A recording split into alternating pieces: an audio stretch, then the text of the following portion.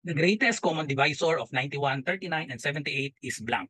So pagkuha ng greatest common divisor, laging babase tayo sa pinakamaliit na number sa kanila. 91, 39, and 78. The smallest is 39. So therefore, sa elimination of choices, tanggal na itong 91. And then let's try if 39 can divide 91, 39, and 78. 78 divided by 39, 78 divided by 39, that is equal to 2.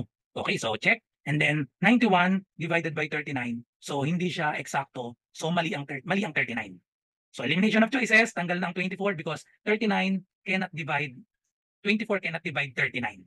So therefore, the remaining term is letter A, 13. Or we can factor, so we have 78, that is equal to 13 times 6.